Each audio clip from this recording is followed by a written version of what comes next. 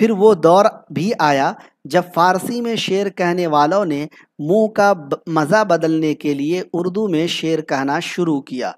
خان آرزو اور ان کے معاصرین ایسے ہی لوگ تھے۔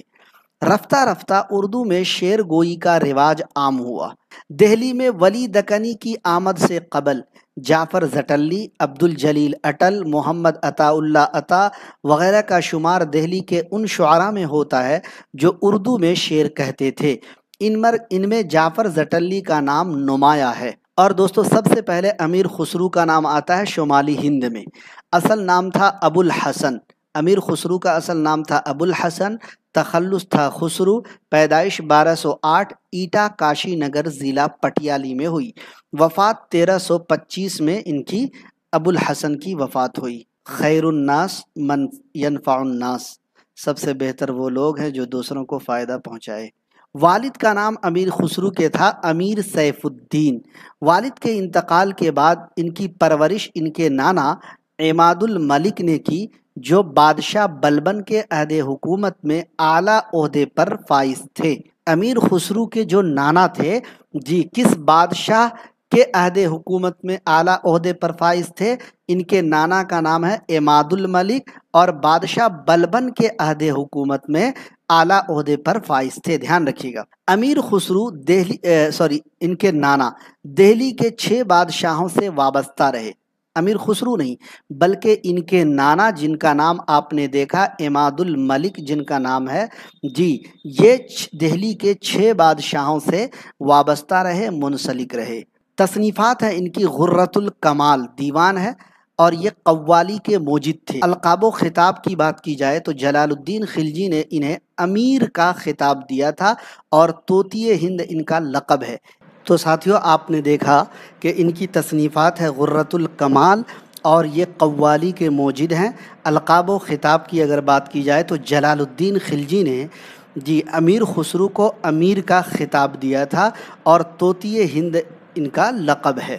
دیکھیں کتنا شارٹ میں ہم آپ کو اچھا پوائنٹ دے رہے ہیں۔ اب اگلے شاعر ہیں افضل نارولوی۔ اب ان کو کچھ لوگ جھنجھالوی بھی کہتے ہیں، کچھ لوگ نارولوی بھی کہتے ہیں۔ NCERT میں نارولوی کے نام سے ان کو لکھا گیا ہے، تو ہم نے بھی نارولوی ہی لکھ دیا ہے۔ ان اصل نام افضل، تخلص بھی افضل۔ کچھ لوگ کہتے ہیں کہ ان کا اصل نام گوپال ہے۔ ڈاکٹر عبد الغفار کی تحقیق سے یہ بات ثابت ہوئی ہے کہ ان کا اصل نام گوپال ہے، تخلص افضل ہے۔ یہ تحقیق کن کی ہے؟ ڈاکٹر عبد الغفار کی۔ کن کی تحقیق ہے؟ ڈاکٹر عبد الغفار کی۔ مصباحی صاحب، شمیم صاحب، صوفی تھاؤٹس، تنزیل ارشاد صاحب ایک بار کنفرم کرائیے آواز آ رہی ہے؟ تصنیفات کی بات کی جائے تو بکٹ کہانی ان کا لکھا ہوا 12 ماسہ ہے، جو مثنوی کی ہیئت میں ہے۔ ایک دم شارٹ میں نے پوائنٹ ایڈ کیا ہے۔ بکٹ کے معنی کٹھن ہوتے ہیں، جس کی مناسبت سے عشق میں جدائی کے کٹھن حالات کا ذکر 12 ماسہ میں کیا جاتا ہے۔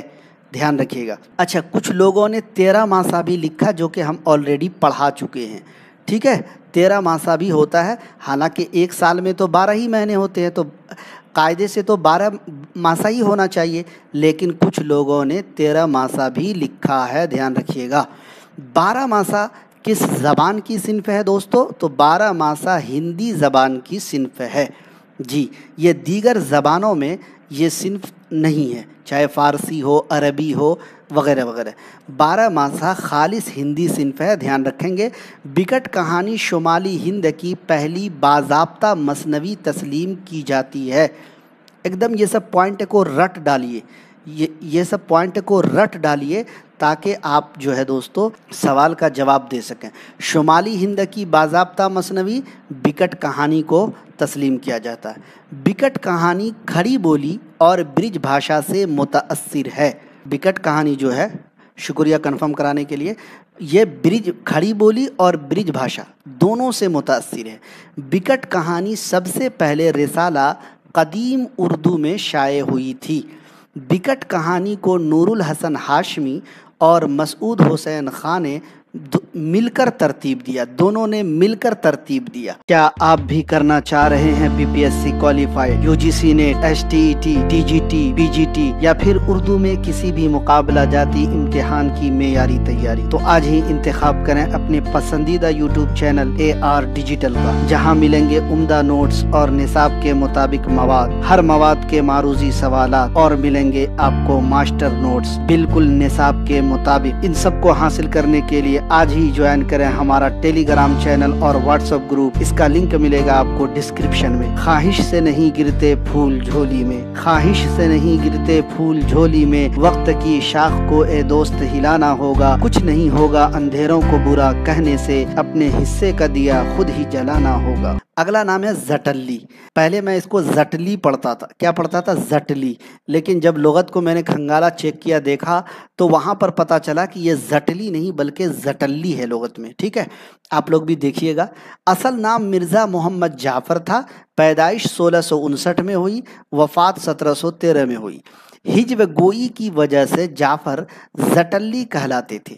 ہجو گوئی کی وجہ سے، ہجو گوئی کا مطلب سمجھتے ہیں نا، برائی بیان کرنا۔ جی تو آگے میں نے نیچے لکھ دیا ہے جو لغت میں نے دیکھا، لغت میں جس چیز کو میں نے دیکھا وہ چیز کو میں نے آپ کے لیے بھی لکھ دیا ہے۔ زٹل کے معنی ہوتے ہیں لغو، بیہودہ بات، بے سر پیر کی ہانکنے والا، بے سر پیر کی ہانکنے والا۔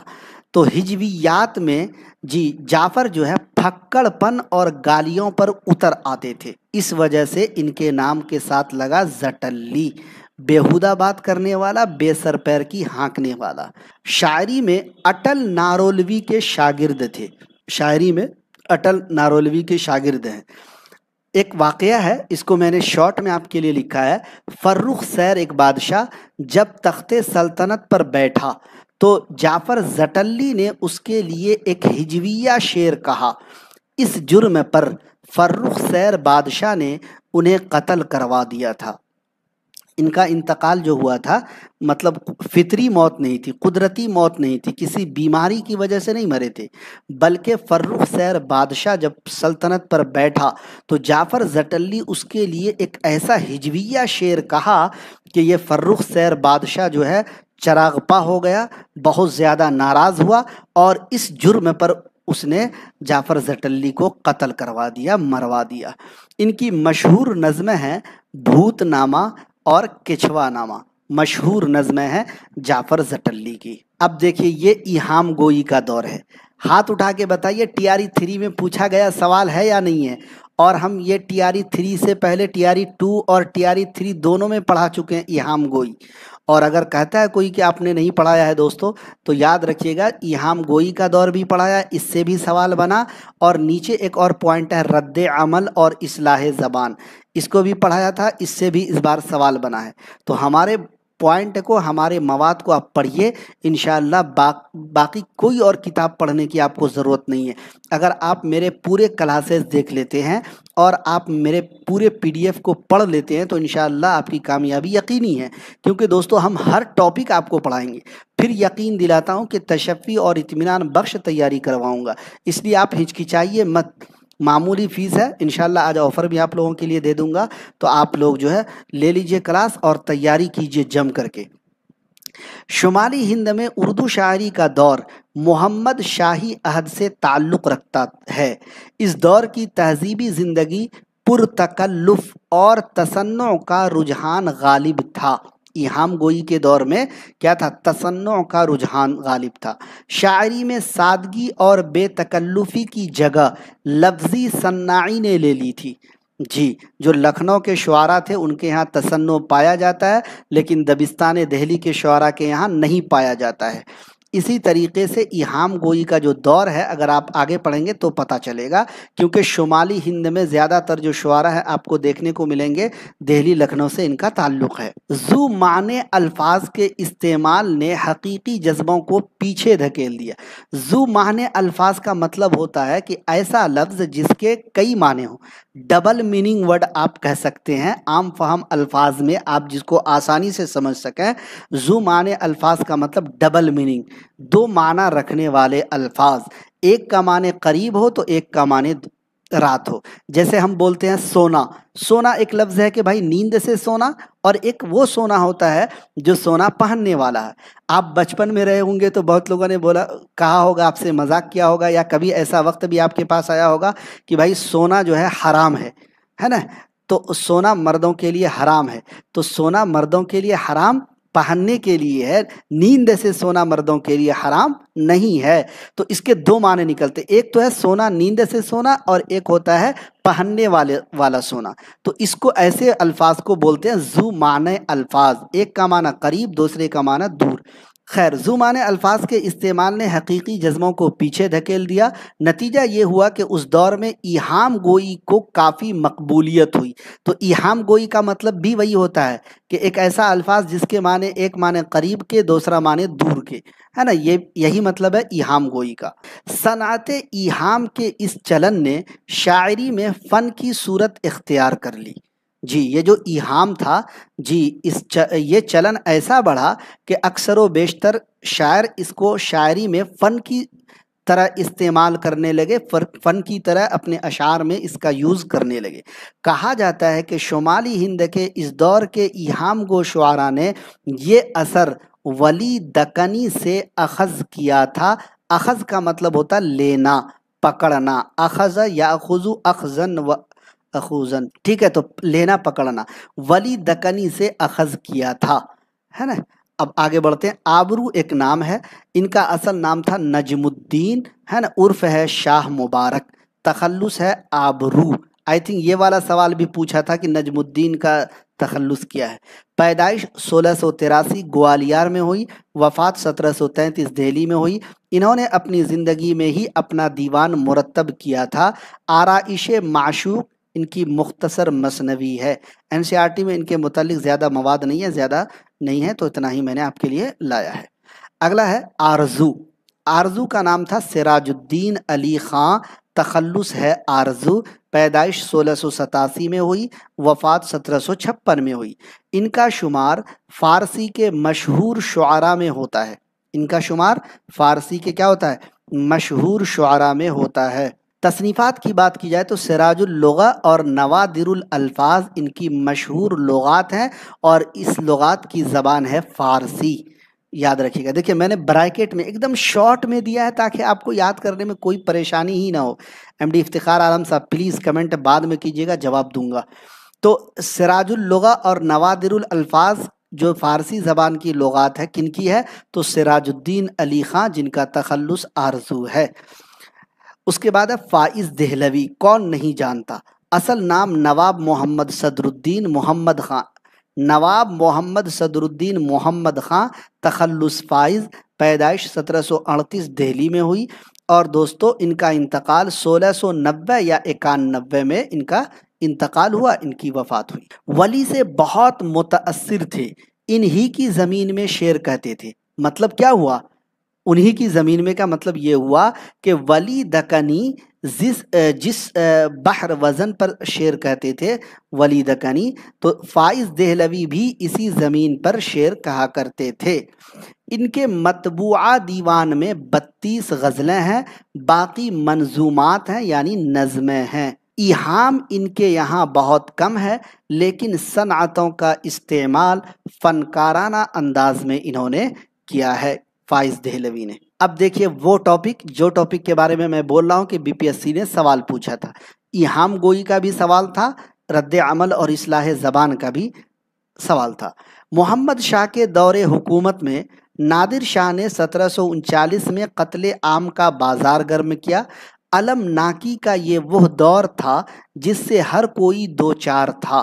ان حالات کا اثر فکر و ذہن اور ذوق و شوق پر پڑنا ناگزیر تھا. چنانچہ ایہام کا اثر زائل ہونے لگا اور اس کے خلاف رد عمل شروع ہوا. ایہام کے خلاف کیا ہوا؟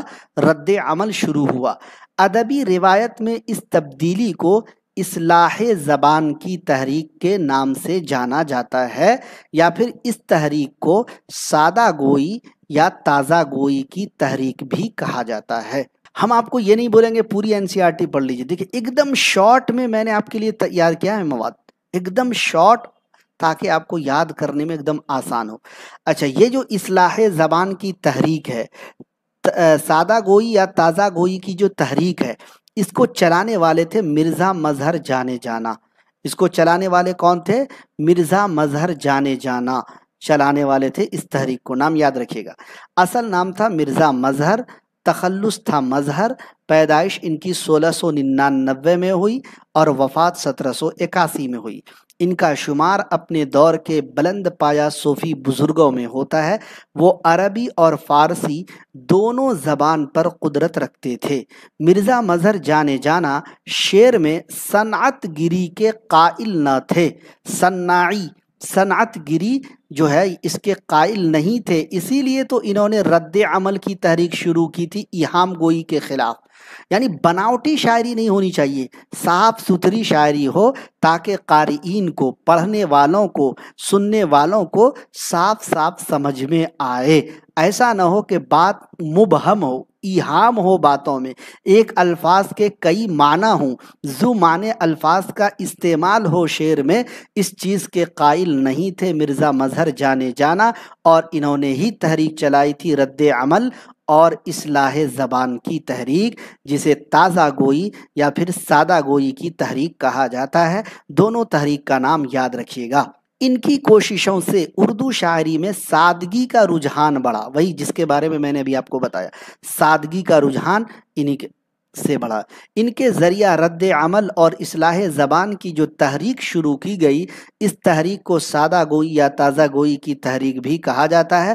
بنیادی طور پر مرزا مظہر جانے جانا فارسی زبان کے شاعر تھے، لیکن اردو میں بھی انہوں نے شعر کہے ہیں۔ آگے بڑھتے ہیں۔ غزالہ ترنم، شنعت شین سے نہیں ہوتا، صاد سے ہوتا صنعت۔ اب آپ کہیے گا ڈبل سوشا کیوں دیا آپ نے؟ ایک صاد کا شوشا ہے اور ایک نون کا شوشا ہے۔ ان کا اصل نام تھا ظہور الدین، تخلص تھا حاتم۔ پیدائش ہوئی تھی 1699 میں، ان کی وفات ہوئی تھی 1783 میں۔ نواب امیر خان انجام کی سرکار میں ملازم تھے۔ ابتدا میں وہ ایہام گوئی کی طرف مائل تھے، لیکن جب مرزا مظہر جانے جانا نے اصلاح زبان کی تحریک شروع کی تو انہوں نے براہ راست اس تحریک کا اثر قبول کیا اور بہت جلد ایہام گوئی سے کنارہ کشی اختیار کر لی، یعنی ایہام کو چھوڑ دیا۔ ان کا دیوان زادہ کے نام سے 1755 یا 56 میں شائع ہوا ہے۔ غزل کے علاوہ حاتم نے شہر آشوب اور واسوخت بھی لکھے ہیں۔ اب اگلا نام ہے فغاں۔ فغاں کون ہے؟ اشرف علی خان ان کا اصل نام ہے، تخلص ہے فغاں۔ پیدائش ہوئی تھی 1725 میں، وفات ہوئی تھی 1722 میں۔ فغاں نوجوانی کے زمانے ہی سے شعر گوئی کی طرف مائل ہو گئے تھے۔ فغاں پھبتیا کہنے کے لیے بھی مشہور ہیں۔ پھبتیا کا مطلب کیا ہوتا ہے؟ وہی گالی گلوچ، وہی لغو اور بیہودہ باتیں جو جعفر زٹلی کہا کرتے تھے، ہے نا، فبتیاں کہنے کے لیے بھی مشہور تھے۔ فغاں کے دیوان میں غزلوں کے علاوہ قطعات، رباعیاں، مخمس وغیرہ موجود ہیں۔ انہوں نے قصیدے، مثنویاں اور ہجویات بھی کہی ہیں۔ فغاں کی شاعری فارسی سے زیادہ متاثر تھی۔ ان کا مشہور شعر ہے، کباب ہو گیا آخر کو کچھ برا نہ ہوا۔ کباب ہو گیا آخر کو کچھ برا نہ ہوا، عجب یہ دل ہے جلا بھی تو بے مزہ نہ ہوا۔ آئیے ہم لیے چلتے ہیں، تھوڑا سا آپ کو دکھاتے ہیں کچھ چیزیں۔ اگر آپ دیکھیں گے تو یہ ہے شمالی ہند میں اردو شاعری کا ابتدائی دور، جو ہم نے آپ کو یہاں پر بتایا ہے۔ اس میں جو میں نے ایڈ کیا ہے ساری چیزیں وہی ہے، زیادہ کچھ ہے نہیں اس میں۔ اب دیکھیے، ولی دکنی 1700 میں دہلی آئے، لیکن غلام حمدانی مصحفی کہتے ہیں کہ یہ 1719 میں آئے، لیکن NCERT کہتا ہے کہ 1700 میں ولی دکنی جو ہے یہ دہلی آئے تھے۔ یہ ایک پوائنٹ ہے جس کو یاد رکھا جا سکتا ہے، کاشی نگر قصبہ۔